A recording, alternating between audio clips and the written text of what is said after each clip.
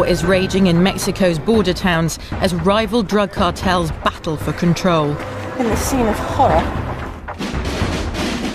The Mexican government has declared its own war on the drug barons, but seems powerless to stem the tide of bloodshed.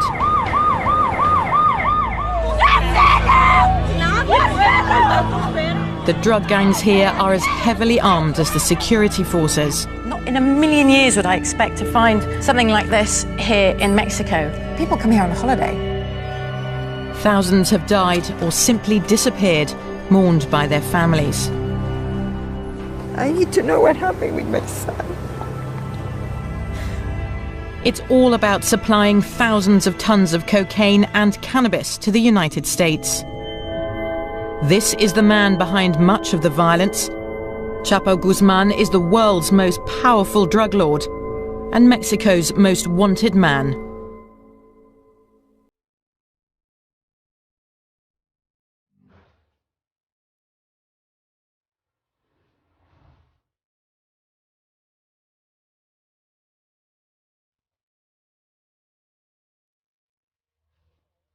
This is Tijuana, Mexico's most notorious border town. For decades it was a magnet for American tourists, seeking easy, seedy pleasures away from home. But tourists no longer feel welcome here. It wasn't long before I saw why.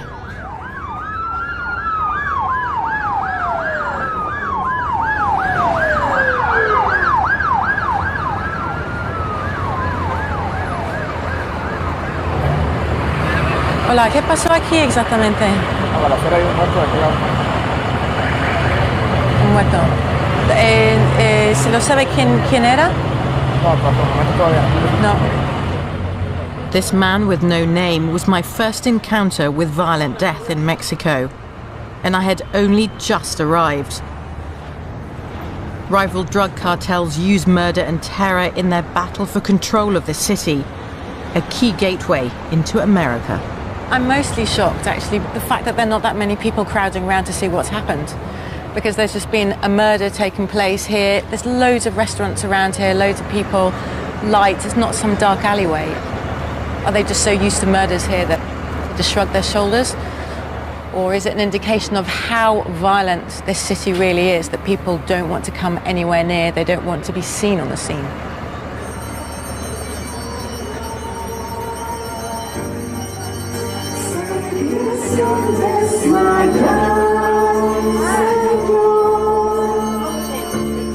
Seguimos con miedo. ¿Quieren seguir con ese miedo? ¿Qué es lo que nos puede pasar? ¿Qué nos puede pasar? Nada. Nos matan. This is a deeply religious country, but it's also a society gripped by fear. Executions and kidnaps are daily events in Mexico's border towns, where every parish is mourning its dead. Most crimes go unpunished, and those affected are often too scared to even talk. Los pecados. Espero la resurrección de los muertos y la vida del mundo futuro. Amén.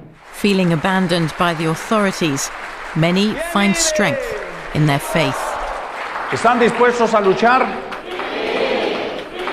Que viva mi Cristo, que viva mi Rey, que impere doquiera, triunfante su ley. Viva Cristo Rey, viva Cristo Rey. There have been more than 16,000 drug killings in the last 3 years alone.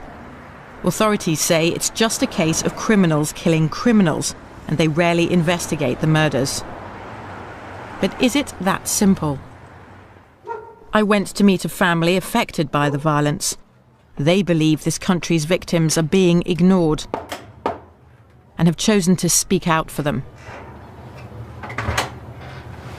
Hola. Hello. How are you doing? I'm Katia. Hi. I'm Fernando. Hi. Pleased to meet you, Fernando. Hi, I'm She's my Sandra. wife. Nice to meet Pleased to meet you. She's Thank my you for wife. having me in your home. Yeah, come on. Thank you. Fernando Osegueda is a salesman. His wife Sandra no longer works.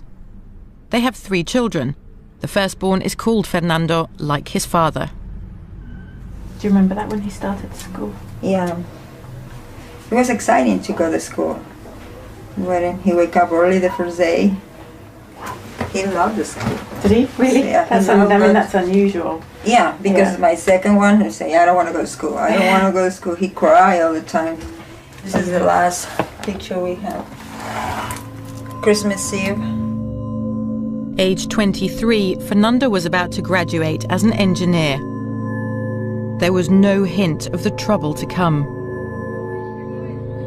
But on the 10th of February 2007, everything changed. That day I was outside with my neighbors. The car come and stop in front of the house. It looked like police officers, you know. They have guns. Say maybe they're looking for somebody here, my neighbors or something. They start using the steps. And they open my door. They came in and I started yelling, why you coming to my house? You need to show me something. As 5 men in police uniform barged into the house, 10 more stood guard by their cars. The neighbors retreated indoors. That day was my daughter in her room and one of my son, Fernando, was in his room. They go to the rooms, say, wake up, stand up. Say, but why you take him? They never told me anything. The men pushed us, my daughter and me, and they took him, put in the car, and gone. Sandra called me, and my surprise is, why, Fernando, why? And then I said, well, what can I do? I go to the police station, and I talk with the officer, say, somebody take my son, and I need to know if my son is here. And then, what is the name? Blah, blah, blah. Fernando Segueda Ruelas. No, it's not here. Fernando realized the men in uniform had been criminals in disguise. But the real police were not exactly helpful. Fernando drove to 6 different police stations in Tijuana before he was allowed to file a missing persons report. I go to the Central Camionera, and Central Camionera tell me, no, this is not a pen to here. You need to go to the Zona Rio. I go to Zona Rio and say, no, you go to Florido. Florido, no, you go to the playas de Tijuana. My son disappeared completely, and they don't want to know nothing. Fernando headed home, hoping the people who'd taken his son would get in touch. The police officer said, maybe this is a kidnap. You need to wait for the call. For now, we're still waiting for the call. No call. Nobody calls.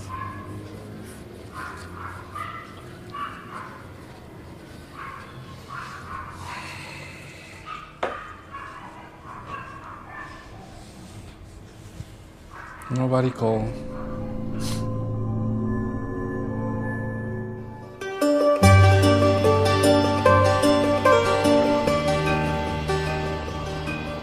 To get to the source of the suffering of so many Mexicans like Fernando and Sandra, I needed to travel through Mexico's mountainous interior. Criminal organizations have thrived here for decades, smuggling narcotics north into the United States.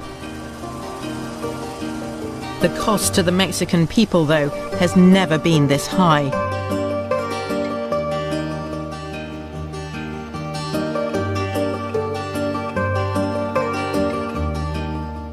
The public brutality of the killings has terrorized whole communities. And hundreds of people like Fernando and Sandra's son have simply disappeared.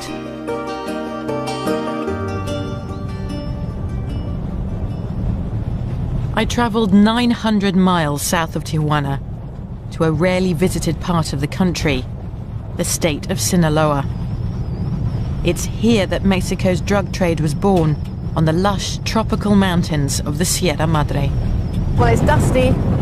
But it's also dangerous. There is no way we'd be able to travel through this country in or outside a car without coming with the army. This is the realm of the powerful Sinaloa drug cartel. Ambushes are not uncommon.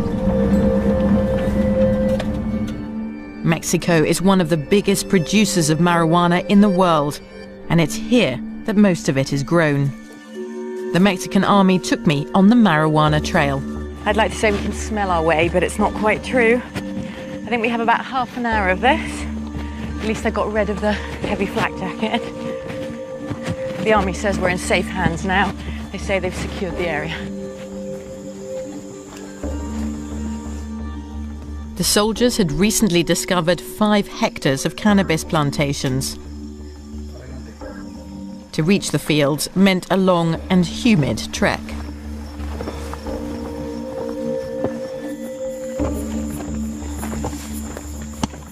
I can smell it. Now I can smell it. Just imagine what it's going to be like when they start burning it.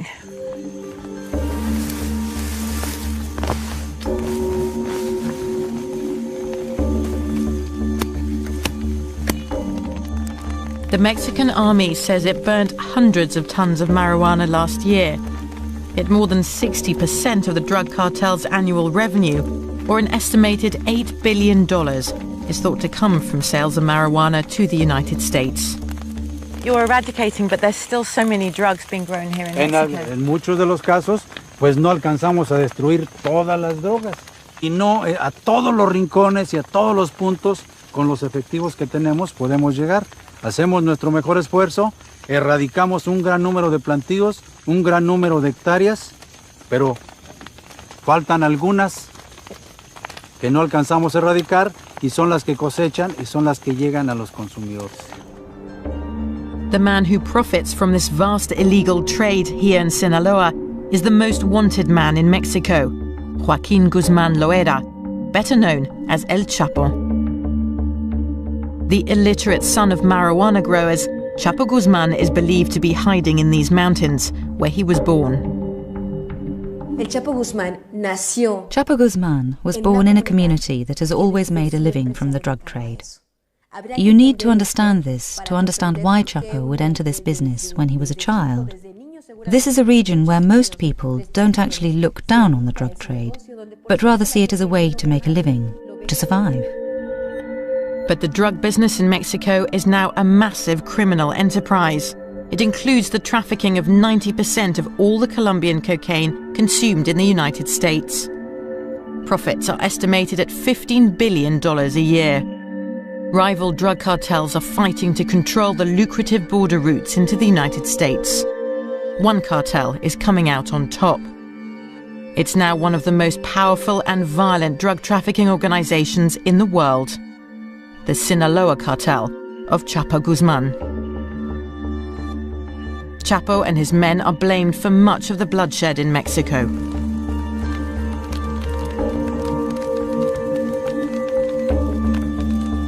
To get rid of the drug trade in Mexico, you need to get rid of the bosses, right? And you've got the big boss, Chapo Guzman, who comes from here. Yo le digo lo que yo considero, ¿sí? Y el avance que tenemos constantemente y el trabajo que hacemos con constancia, esfuerzo y determinación.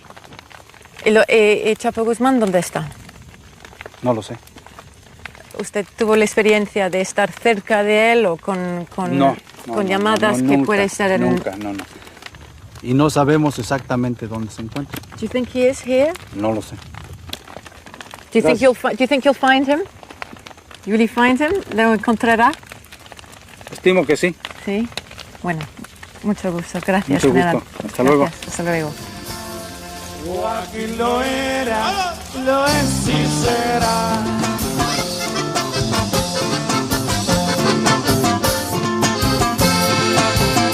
Prófugo de la justicia, el señor de la montaña, también que ve en la ciudad. At a nightclub in Sinaloa's capital, Culiacán, Chapo Guzman is celebrated in song. This one is called The Lord of the Mountain.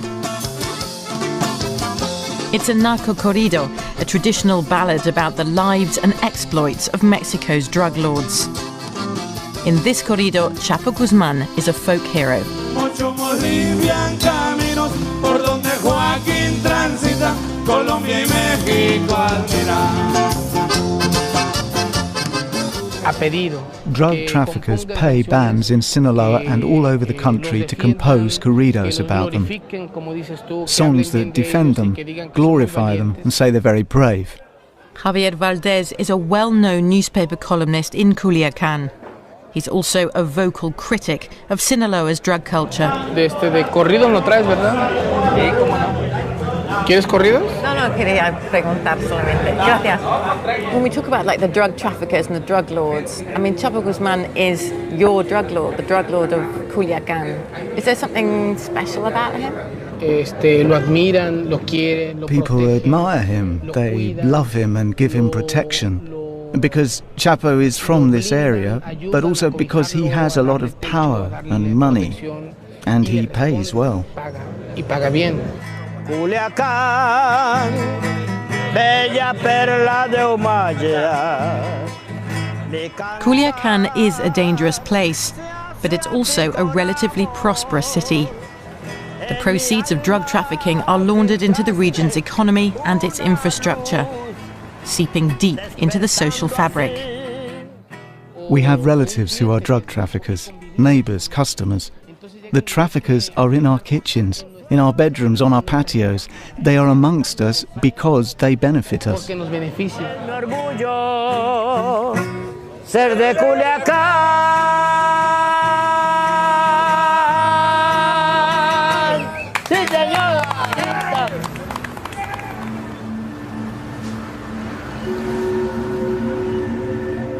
Not everyone in Mexico is doing well.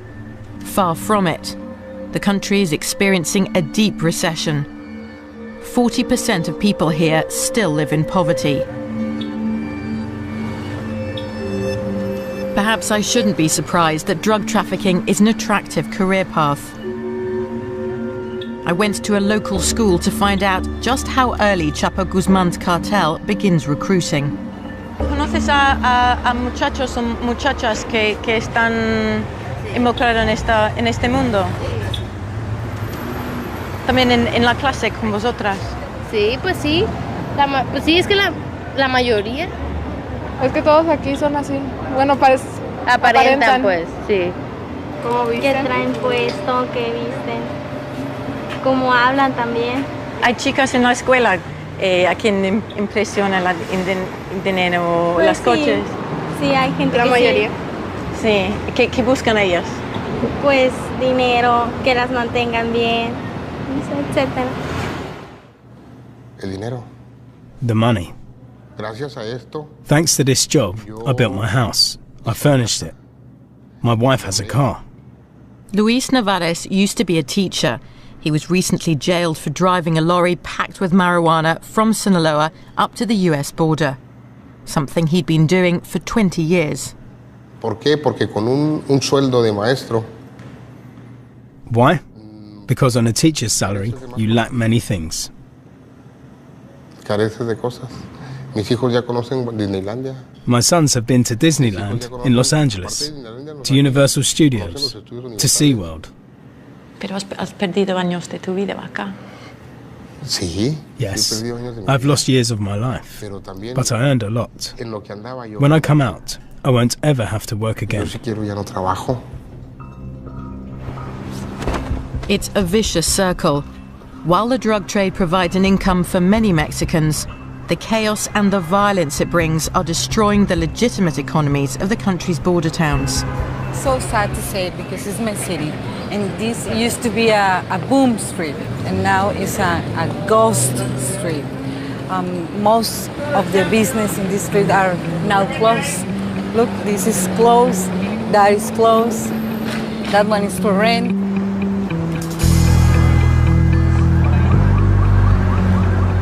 For years, Tijuana was controlled by its own fearsome drug cartel.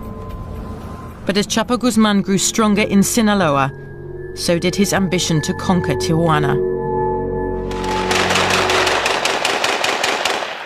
The ongoing conflict recently erupted into the worst turf war this city has ever seen.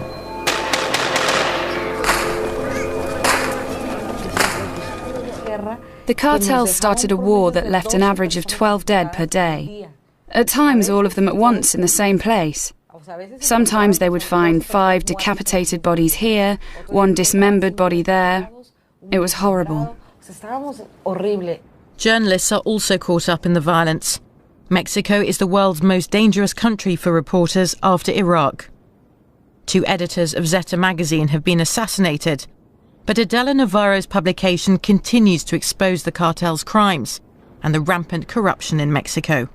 Between September 2008 and January 2009, there were 600 executions in Tijuana, and local police didn't do anything. Neither did the federal police. They did nothing. Many in Tijuana feel let down by the authorities. Fernando Osegueda never heard back from the police about his missing son. He joined a support group uniting families in similar situations. By now, most have given up hope of finding their loved ones alive. If rescue 1 teeth, 1 bone, it's okay for us.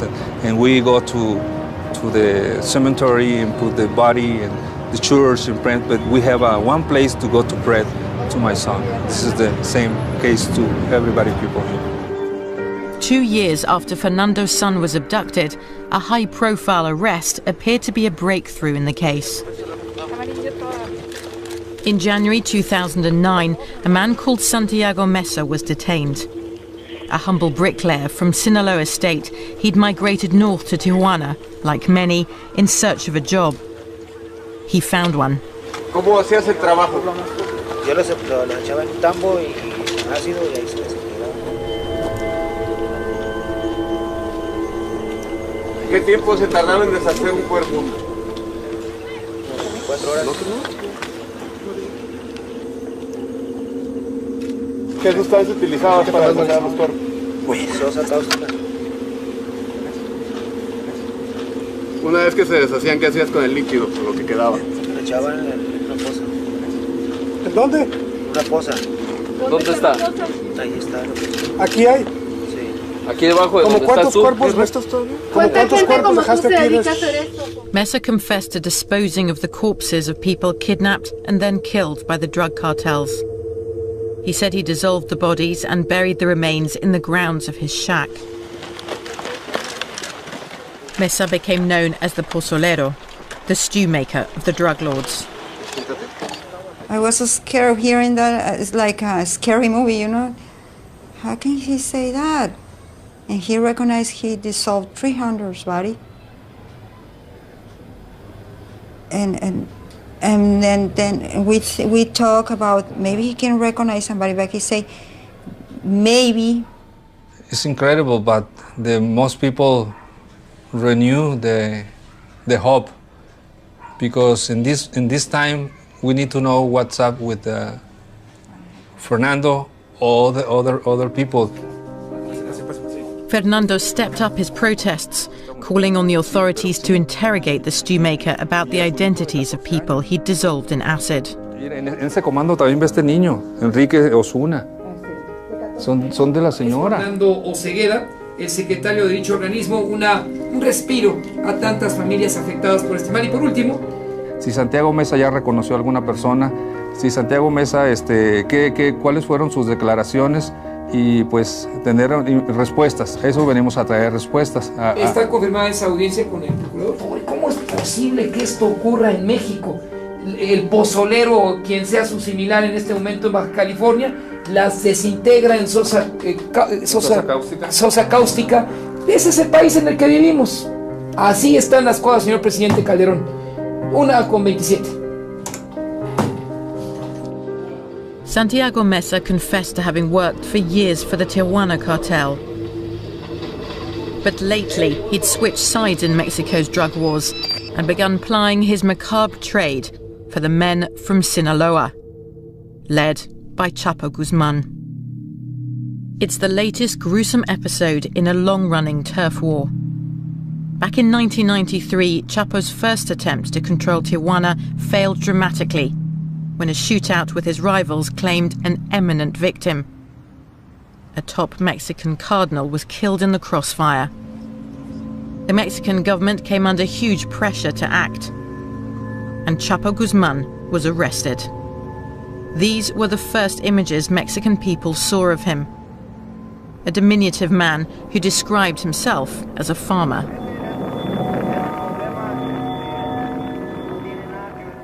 In prison, Chapo's efforts to take over Tijuana were put on hold. Para entender quién es el Chapo. To understand Chapo and how he has become who he is today, I gained access to his medical file compiled at the maximum security prison. Journalist Anabel Hernandez showed me the document. It's one of thousands she's collected for a book about Chapo Guzman. Egocéntrico, es astuto. His psychiatric profile describes him as a professional criminal, astute, manipulative, charming, and highly dangerous. Chapo Guzman has charisma. He's a man who is capable of convincing God to sit down with the devil. A Dios de sentarse con el diablo, ¿me entiendes? These skills were soon put to good use. In January 2001, Chapo Guzman escaped from his maximum security prison cell. The official version is that he was smuggled out in a laundry cart. Presumably, I mean, CCTV cameras, I mean, they must have been everywhere. There's nothing? No haya habido ni una sola imagen. Nothing. There's not one single picture of when he escaped. Not one.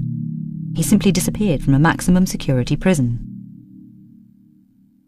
If you ask me what I think, it needed to have been somebody very high up who could have authorized Chapo Guzman's escape. I don't imagine it could have been any other way. The escape marked the beginning of the Chapo Guzman legend. The US government offered a $5 million reward for the capture of a man who now appeared so powerful that the Mexican state couldn't touch him.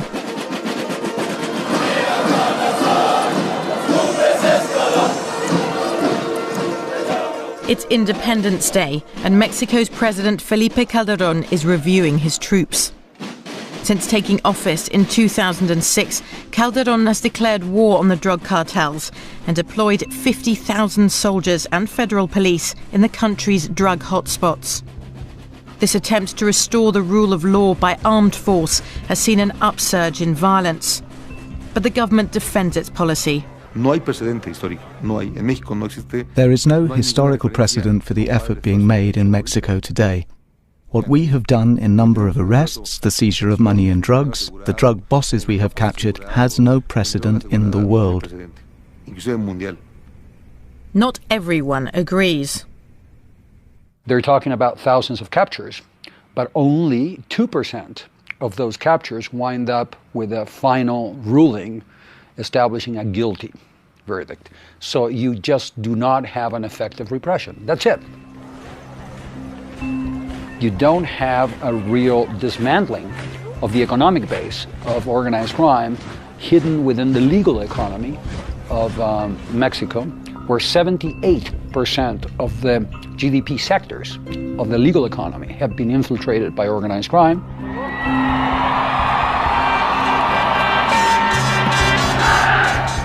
Rallying the crowds behind the government's war is becoming increasingly difficult. The most visible result of the policy has been escalating violence.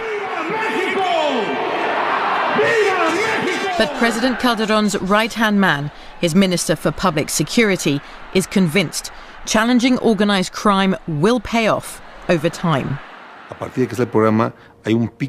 There is always a peak of violence at first.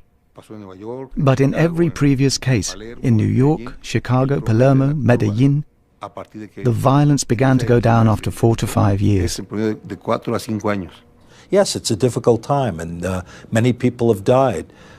But this is a period that really marks a turning point, and history is unkind. When you get to a turning point, you fail to turn. The US government says Mexico has finally begun to tackle corruption at the highest levels. The head of Interpol in Mexico and a top government anti-drug advisor have been arrested. Both of them accused of taking money from the drug cartels. But those who refuse to take bribes have more to fear than prison. Plata o plomo, say Mexicans, silver or lead. Those who can't be bought with money are eliminated with bullets. Hundreds of honest policemen, soldiers, judges and their families have been butchered for saying no to the drug lords. As long as men like Chapo Guzman can walk free, many Mexicans feel their government is hopelessly compromised.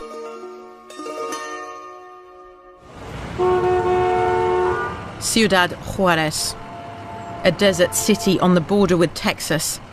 This is the ultimate trading post between Mexico and the United States. It's also the jewel in the crown of Mexico's drug trafficking. Chapo Guzman is fighting to rule here too. The result is hell on earth.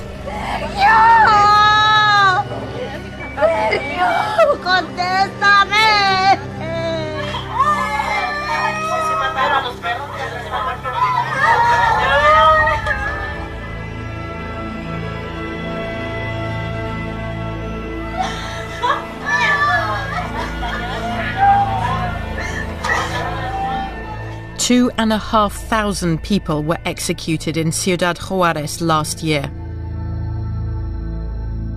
Today, this is the most murderous city on earth.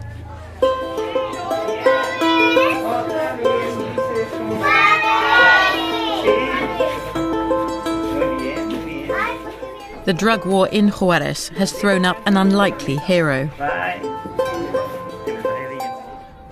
A softly spoken law professor, José Reyes was elected mayor 2 years ago. Ever since, he's been on a mission to win people's trust.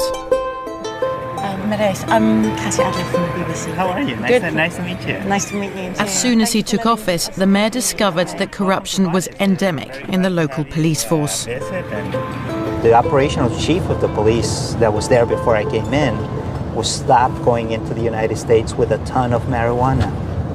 He was the #2 guy in the police department, and he was stopped crossing a ton of marijuana himself.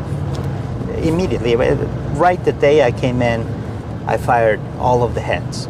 Everybody who's a head of the police department was out that day. Half the Juárez police force was found to be corrupt and dismissed.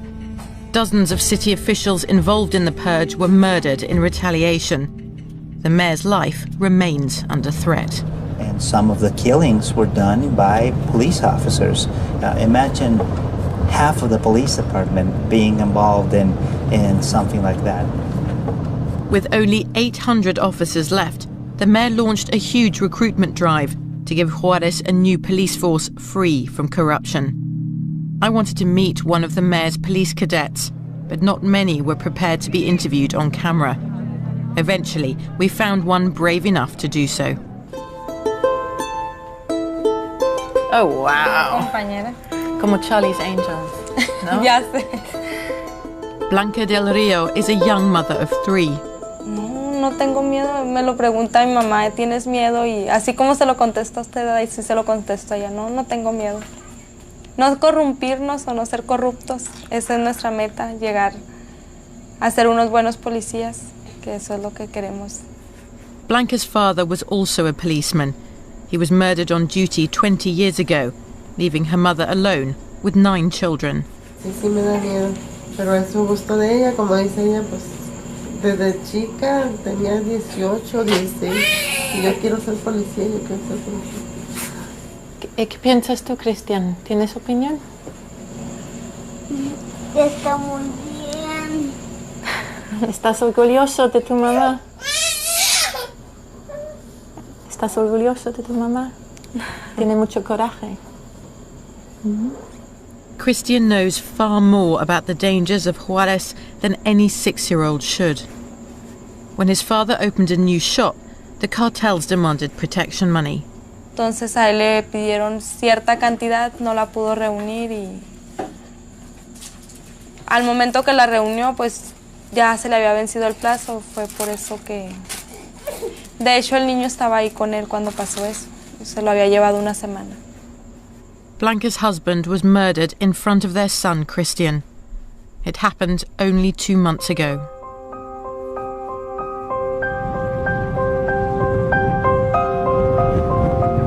While Blanca and the other new police cadets complete their training, the streets of Juarez are patrolled by federal forces, sent in by President Calderón. I joined them for an afternoon patrol.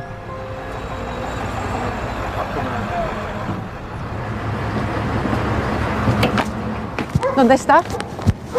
Ahí enfrente. No cruzamos. Apparently the execution took place inside that petrol station. You can see inside the police cars on the crime scene they've got masks on, because for them it's a matter of life and death. And, you know, people recognise them, the wrong people know where they are. That can cost them their lives or put their families' lives in danger. A man has been shot in the centre of town, in broad daylight. There should be plenty of witnesses, but people here rarely talk to the police.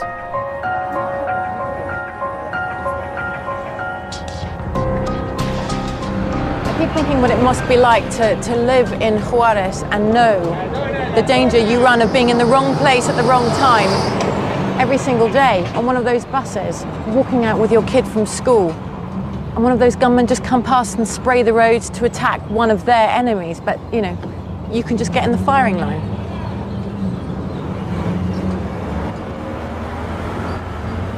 Soon our patrol receives another call.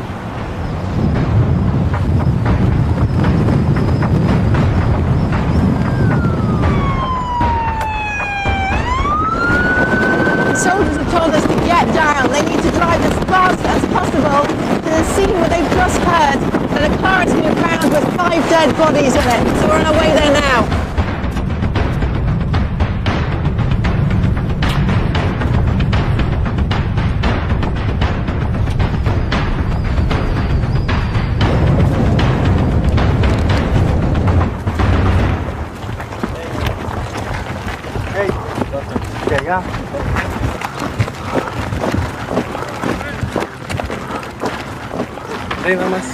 There's police and soldiers all around the car, bullet holes all through the windscreen and blood spattered all over the windscreen. The music is still playing in the car. In this scene of horror, absolute horror.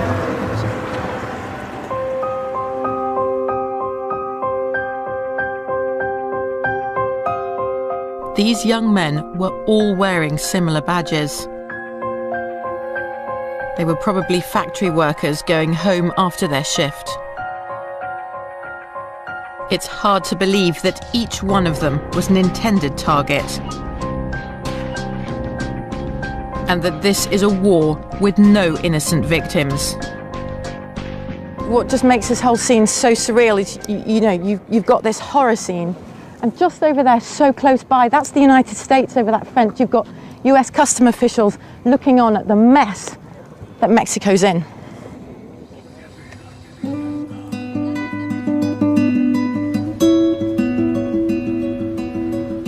This is one of the bridges crossing from Juarez into El Paso, Texas. To ordinary Mexicans, it symbolizes the chance of a better life. To Chapo Guzman and other drug traffickers, it's a prized gateway to their business of death. Across the border from Mexico is the world's largest consumer of drugs, America. Where have you found drugs and cars that have been inspected? It would probably be a safer question for you to ask, where haven't we found drugs? Your fender panels, your door panels, your roof, very drive shaft. We found it in intake manifolds on the engines, air cleaners, in the tires.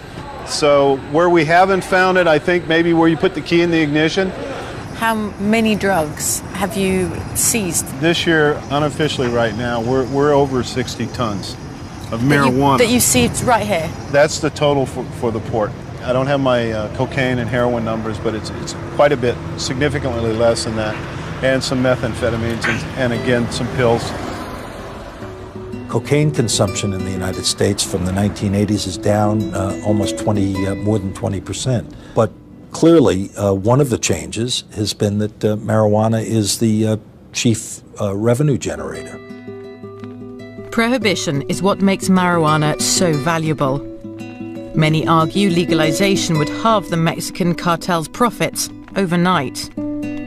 For the American government, that's not an option. Legalization is not for us an answer. It amounts to throwing up our hands and conceding that nothing can be done about that. The United States says it's helping Mexico with enhanced border cooperation and intelligence. It's also pledged $1.4 billion in aid. The two countries share a 2,000-mile border. There's fears the violence could spread into America. Yet less than a mile from deadly Ciudad Juarez, El Paso, Texas, remains one of the safest cities in the US. It's also one of the best armed.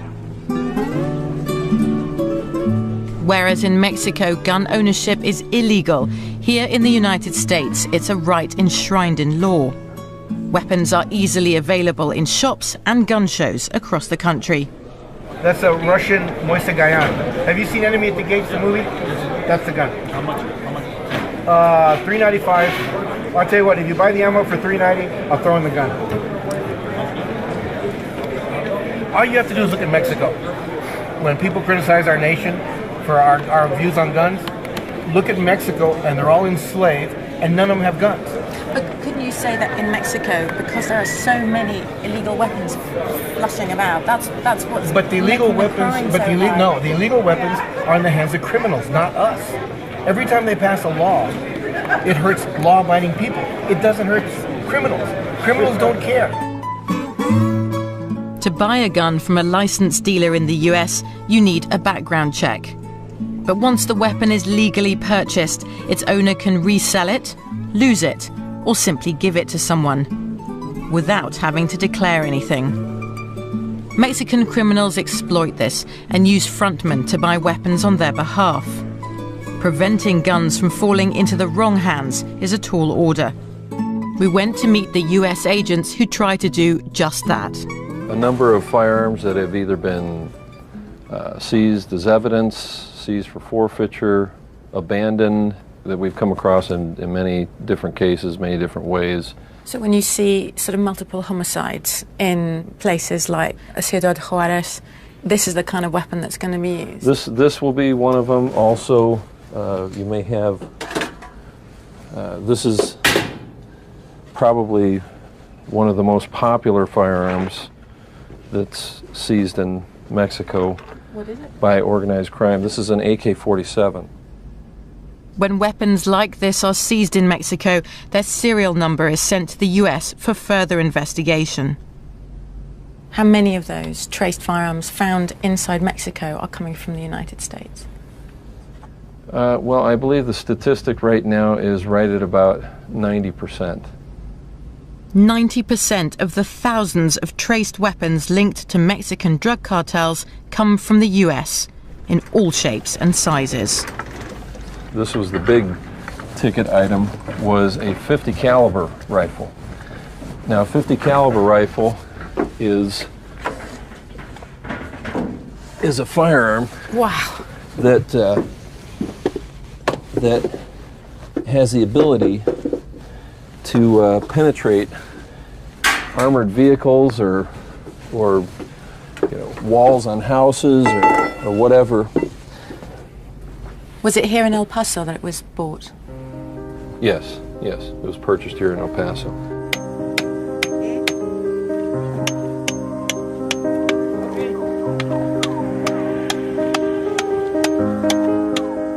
Back in Mexico, the despair caused by the violence seems never ending. Fernando Ceguera is still looking for his missing son. With other families of the disappeared, he's staging a protest outside Tijuana's most notorious crime scene. The man known as the Stew Maker confessed to dissolving corpses here, but the authorities told families there's no trace of their loved ones. We went to that place and we didn't find nothing. really found some kind of indicios, quiero decir en español. I would like to say this word in English. Indicios is an elements. We didn't find no one. Evidence? Evidence. We don't find evidence. Yeah. We were told a gelatinous substance was found here, but that it was so acidic that any DNA evidence was destroyed. Fernando doesn't believe it. Que sí existen y que están en ese lugar. Entonces hay que venir a escarbar ahí y eso a lo mejor lo vamos a hacer nosotros. Como le digo, quizás vamos a terminar en la cárcel, pero esta puerta la vamos a tirar y vamos a meternos allá a aquella esquina y con picos y palas vamos a hacer el trabajo que la autoridad federal debió haber hecho hace mucho tiempo. Está aquí para guiar el Espíritu de Dios está aquí. We have to put in context also that these people, people who disappear, at people who participate with criminals, is not common people. The people who are representing them, their sons or families, are collaborating with criminals. Mexico's dead and missing are tainted by suspicions of being linked to the drug world. Do you think it's possible? Sometimes I was thinking, or in that moment, say, okay, maybe. And I start talking with everybody. Tell me the truth, please. Maybe he wasn't something wrong. I say, no, no, no. Even the bad boys, the real ones, wasn't, stealing cars or selling drugs, they told us. He's a good boy. We don't know why. Who actually do you see as victims? If you're saying that you think a lot of those who've been disappeared were involved in organized crime, do you not see them, therefore, as victims? No, claro que no, pero... No, of course I do. But we have to deal with the resources we have in Mexico. We have to be realistic about the possibilities available in the country. We have declared a war that has never been declared before.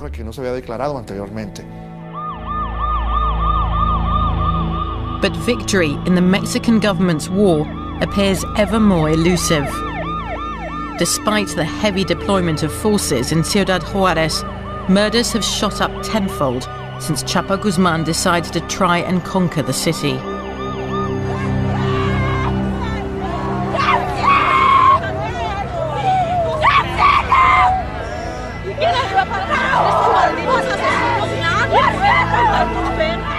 For ordinary Mexicans, the human cost of the drug war is intolerable. This is one victim whose innocence surely no one can dispute. Josiel Ramirez lived and went to school across the border in Texas. He'd come to Juarez for the day to see his father. He was deliberately shot in the head as he crawled out of his father's car, ambushed by gunmen. Josiel Ramirez was 7 years old.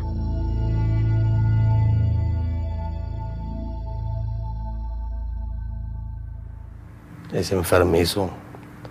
sickening to be watching out for your children, afraid they might get hurt because of the evil you have done. You don't want it to happen to them. It's very hard. This man had reason to fear.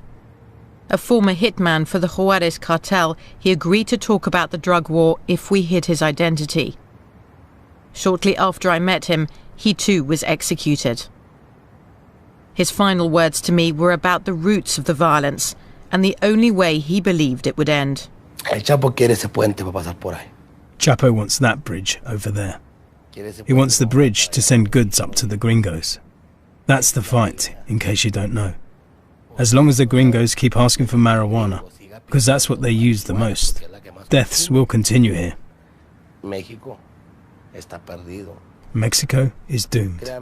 If today there are 20 dead, tomorrow there will be even more, until that bridge has one sole owner.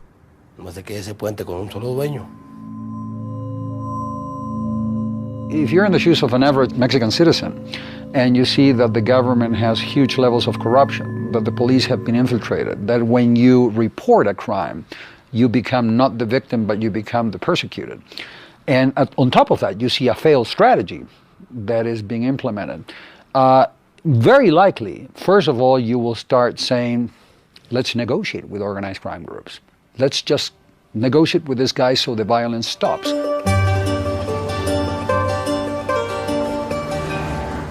As violence rages along the border, Chapo Guzman remains at large, thought to be somewhere in his Sinaloa stronghold. His contempt for the authorities remains brazen. The press has reported sightings of Chapo eating at local restaurants. And at 54 years of age, he recently got married to an 18-year-old beauty queen from the Sinaloa mountains. Newspapers reported Chapo got married to this girl with a big party in broad daylight, and that the party was allegedly watched over by the Mexican army. I received information from people close to some of the guests, who said that several governors were there too. If that wasn't enough, the respected American business magazine Forbes estimated Chapo's fortune at $1 billion, and recently rated him the 41st most powerful man in the world.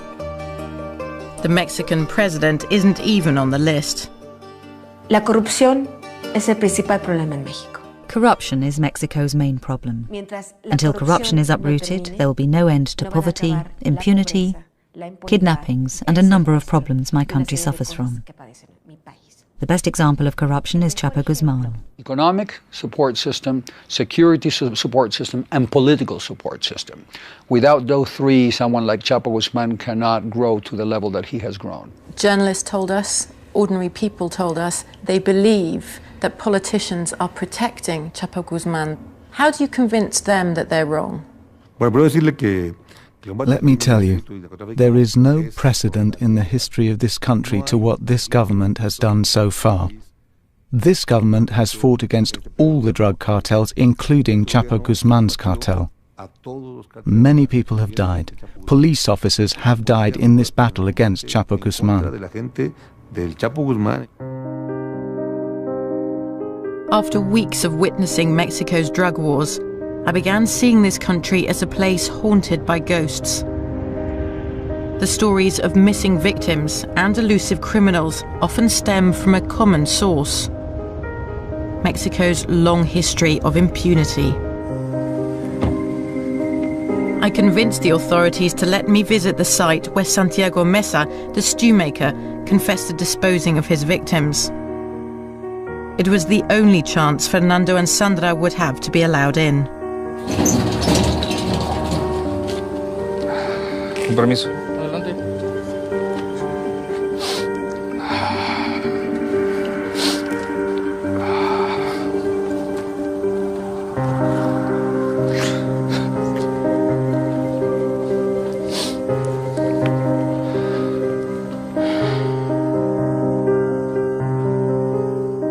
The authorities insist no identifiable human remains were ever found here. But Fernando and Sandra aren't prepared to give up on their son. Yeah. This is Sosa Caustica. Maybe my son is here. Fernando, is possible to stay here. Stay there, or there, I don't know. We need to know what happened with him and try continue living. I really need it. I need to know what happened with my son. God gave me my son, but I don't know why he took him from me.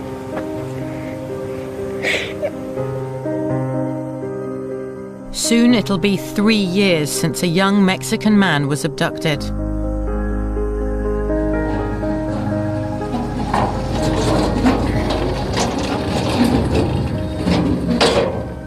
This may be as close as his parents will ever get to finding him.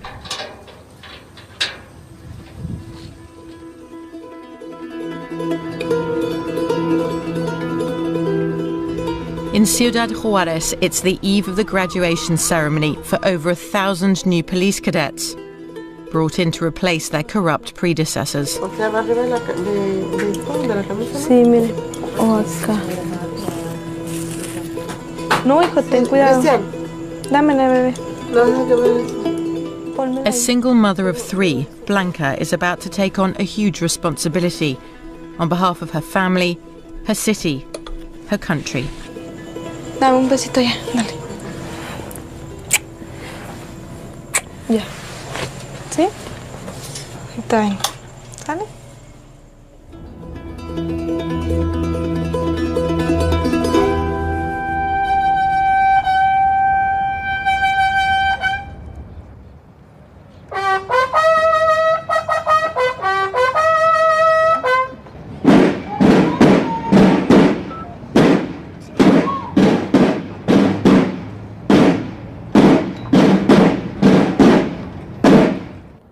A partir de este día, cuando comiencen sus patrullajes, tengan siempre en cuenta que fueron preparados para representar a la ley, para ganar la lucha contra el mal y vencer cualquier tentación que los desvíe de su camino.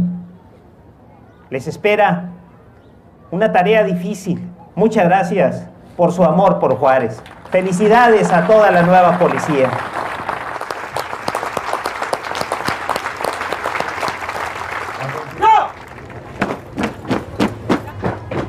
The mayor of Juárez has been waiting 2 years for this day.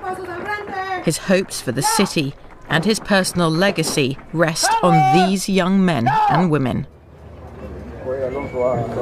Porte ese uniforme con mucho orgullo, ¿eh?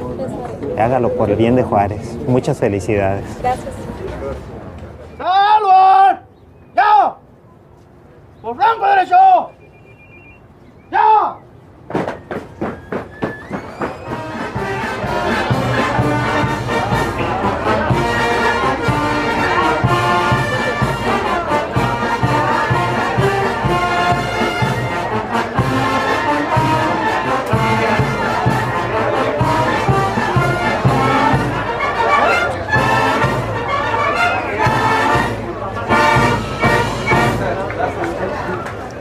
De mañana, Enhorabuena. 6:30 horas. Muy bien, gracias. ¿Cómo te sientas? Participa en el desfile. Y más porque mi hermano está conmigo. Hola, soy Katia. Hola. El resto del personal a las Hola. 7 Espero de la que mañana. vemos a tu familia antes de irnos otra vez. Ok, su casa es mi casa. Ahí los espero. Gracias, gracias. Otra vez una enhorabuena. Gracias.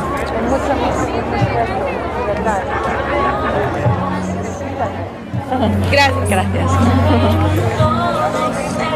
You know, today at the ceremony, watching not just the new policemen, but their families, mothers, fathers, and their children. It's the first time since we've been traveling in Mexico that you feel a sense of hope, or at least of wanting to hope. You know, that these guys really can bring peace to the streets of Juarez. That's what they're promising to do. And at the same time, hoping very, very, very much that with these little amount of training that people like Blanca have had, that they're not going to be lambs going to slaughter.